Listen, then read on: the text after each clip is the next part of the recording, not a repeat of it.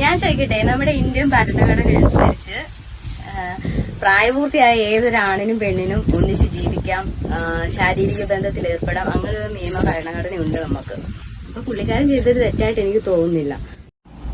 കേട്ടില്ലേ, നമ്മുടെ മന്ത്രി ഗണേഷ് കുമാറിനെ സുഖിപ്പിക്കാൻ വേണ്ടി ശ്രീലക്ഷ്മി പറഞ്ഞ ഒരു ഡയലോഗാണിത്. ഇന്ത്യൻ ഭരണഘടനയിൽ പ്രായപൂർത്തിയായ ഒരാണിനും പെണ്ണിനും ഒരുമിച്ച് ജീവിക്കാം, ഒരുമിച്ച് ശാരീരബന്ധങ്ങളിൽ ഏർപ്പെടാം, അങ്ങനെ ഒരു നിയമമുള്ളതായി എന്റെ അറിവിലില്ല.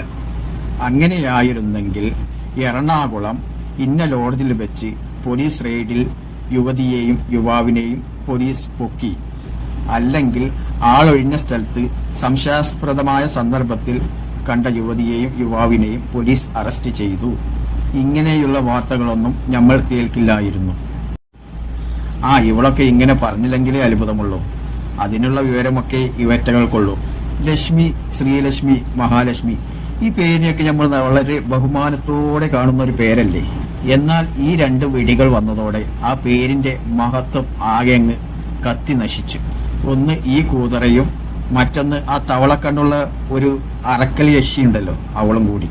പിന്നെ ഒരു വീഡിയോയിൽ ഇവൾ പറയുന്നത് കേട്ടു, ഞാൻ ഒന്നും ഇടാതെ നിങ്ങളുടെ മുമ്പിൽ വരുമെന്ന്. എന്റെ മോളെ, അതൊക്കെ നിന്റെ വേക്കും താങ്ങി നടക്കുന്ന ആ ചാനലിന്റെ മുമ്പിൽ കാണിച്ചാൽ മതി കേട്ടോ. അല്ലാതെ ഒന്നും ഇടാതെ നീ വെളിയിലോട്ടൊന്ന് ഇറങ്ങി നോക്ക്. നല്ല അരിമുളക് ഉണ്ടല്ലോ, അരിമുളക് നല്ല അരച്ച ശേഷം നല്ലോണം തേമ്പി അങ്ങ് വിടും ആ പിള്ളേര് കേട്ടോ.